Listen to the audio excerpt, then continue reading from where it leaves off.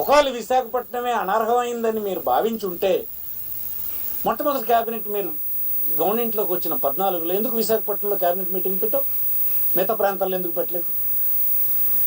ఇది అర్హమైనటువంటి సిటీ అని మీరు ఆనాడే అంగీకరించారు కనుక.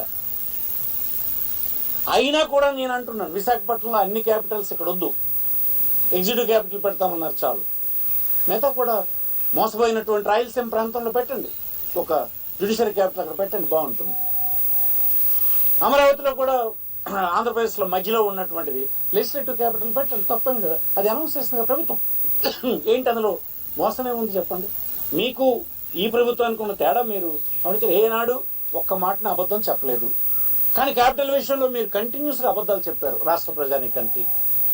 ఎక్కడెక్కడో అని అన్నారు, అందరి చేత భూములు కొనిపించి అమరావతిలో సడన్గా తెచ్చి డిక్లేర్ చేశారు.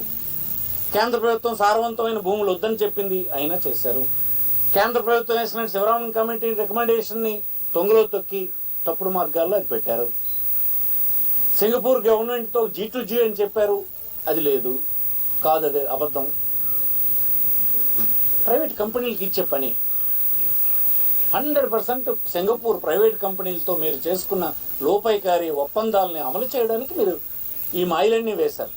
అసలు మాయలు, ముఖ్యమంత్రికి మాయలు వేయడానికి అవసరం ఏంటి అసలు చెప్పండి, నాకు అర్థం కాదు. ఇప్పుడు ఎందుకు జగన్మోహన్ రెడ్డి మాయలు వేయడం లేదు? ఫెయిర్గా ఉన్నాడు కనుక, ఇది ప్రజల ఆకాంక్ష కనుక. హైదరాబాద్లో జరిగినటువంటి అన్యాయం మళ్ళీ ఇక్కడ పునరావృతం కాకూడదు అనేటువంటి భావనలో అతను ఉన్నాడు కనుక. అసలు క్యాపిటల్కి 33,000 ఎకరాలు భూమి ఏంటండి? మోసం కదా ఇదంతా. ఈ మోడల్ ప్రపంచంలో ఎక్కడా లేదు.